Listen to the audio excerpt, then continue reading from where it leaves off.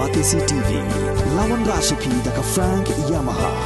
the Maxi Sports Scooter Arox 155. Ringkat baka net foodish, ordar mapi, nginwan ramani, hakir dobyeng jompi. Ki Pulit jongka East Khasil District kila pelong ya kejing Thwet ke bajur ya kumba perangut ki Runar ki bela rung jubor ha Shillong Civil Hospital bat ban Thombor ki Pulit ki badan ha kani hospital ha ka arpusau terik unai wieng arjat puar laban penken mau hang ni hadin balawa ka jialang thang membeti bala pelong de kisantli ki seng balang ki ba kentup ya ka KSU ka FKGGP ka HNYF ka RBYF bat ka GSU ha ka janmiat jongka arpusau terik unai wieng arjat puar si kenhon ki Runar kila rung hapo Shillong Civil Hospital bantau jing kelumar bat Thombor ki Pulit ki badan hapo kani ka hospital kat hadu bakala penher serniulut ye ki nong tre ki nong pang bat ye ki bahi hasam jong ki nong pang ki badan hapo kani ka hospital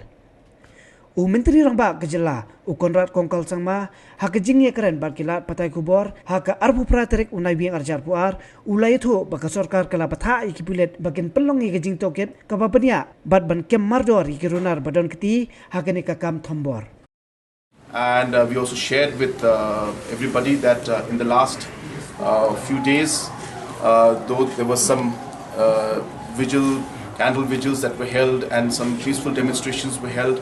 but there were some incidents of violence, and I informed all the political leaders that those violent cases, and especially the ones where individuals have tried to enter civil hospital and tried to vandalize, the action will be taken against those, and those guilty will be punished as per law for doing such acts of going into hospitals. This is something that is completely unacceptable,